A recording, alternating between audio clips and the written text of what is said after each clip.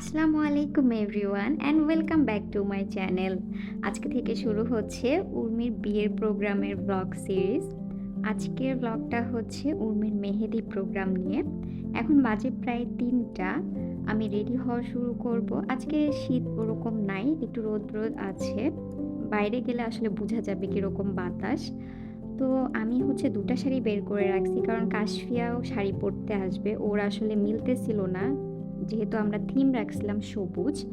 এখানে এই যে ২টা শাড়ি বের করে রাখছি, কালারটা যদি একটু ফেড আসছে। তো প্রথমটা আমি পরবো আর সেকেন্ডটা হচ্ছে কাশফিয়া পরবে। এই তো আমি রেডি হয়ে গেছি, কাশফিয়াকেও রেডি করে দিছি। এরপর আমরা বের হয়ে যাচ্ছি উর্মির বাসার উদ্দেশ্যে। এদিকে উর্মি শপিং করতেছিল এখনো। ও মেবি ৪টা ৪:৩০টার দিকে হচ্ছে উবার নিয়ে বাসায় পৌঁছাইছে। আর এদিকে আমি আর কাশু এবং অন্যান্য যারা ওরাও রওনা দিছে। তো বাসায় পৌঁছে দেখলাম নাজিফা অলরেডি চলে আসছে, আর ব্রাইড হচ্ছে গোসল করতেছে বাথরুমে। এটা উর্মির রুম। আর উর্মির শাড়িটা হচ্ছে এইটা। শাড়িটা খুবই খুবই সুন্দর। কালারটা হচ্ছে একটু মেহেদি কালার টাইপের, অ্যান্ড খুবই ভাল লাগছে ওকে পরার পরে শাড়িটা। এদিকে হচ্ছে ডেকোরেশনের জন্য গাঁদা ফুলের লাইন আনা হয়েছে, উর্মি শাহাবাগ থেকে নিয়ে আসছে।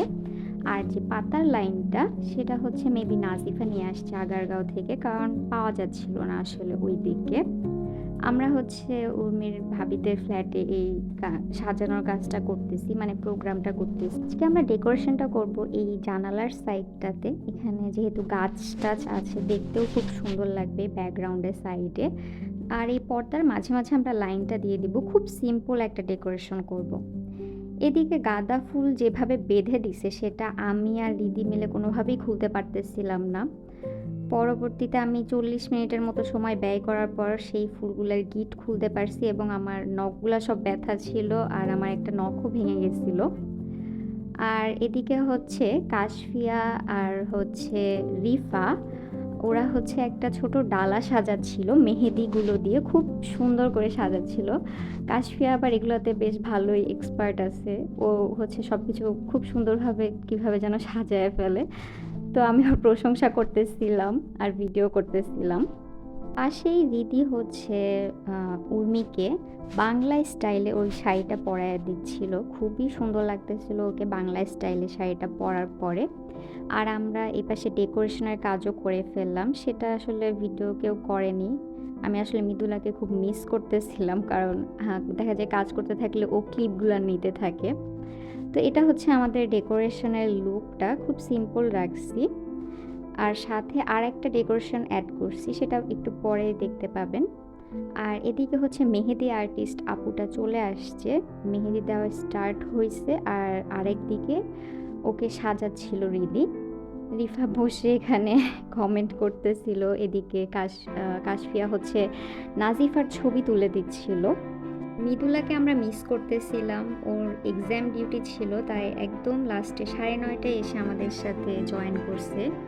আর এটা হচ্ছে মৌ বসে আছে।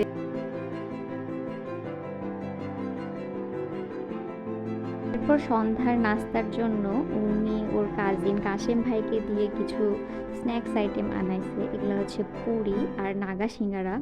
সিঙ্গারাটা খুবই গরম ছিল আর এত মজা ছিল, একটু ঝাল ঝাল ছিল, টেস্টটা দ্বিগুণ বাড়ায় দিছে, খুবই ভাল লাগছে।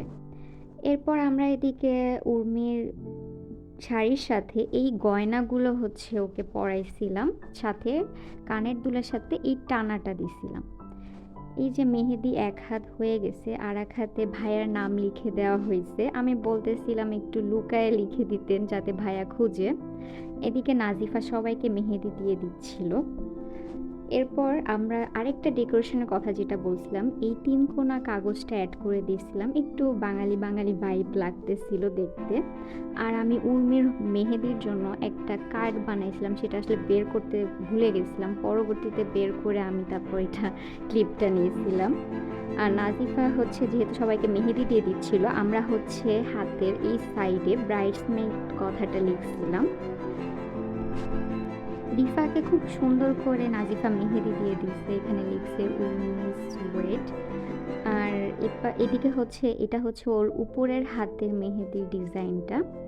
এরপর কাশেম ভাই আমাদের জন্য রাতের খাবার আয়োজন করছিল। তো কাশেম ভাই আমাদেরকে বেড়ে দিচ্ছিল খাবারগুলো। খাবারে ছিল বিরিয়ানি। এরপর আমরা একটা ছোট্ট রিলস বানাইছিলাম সবার হাতে এই ব্রাইডসমেড লেখাটা নিয়ে। এরপর অনেক ছবি-টবি তুললাম। এর মাধ্যমে আমাদের মেহেদি প্রোগ্রামটা শেষ হয়ে গেল। খুবই অল্প ক্লিপস নিতে পারছি আমি দেখানোর জন্য। সঙ্গে থাকবেন বিয়ের পরবর্তী ব্লগ সিরিজগুলো দেখার জন্য। টাটা!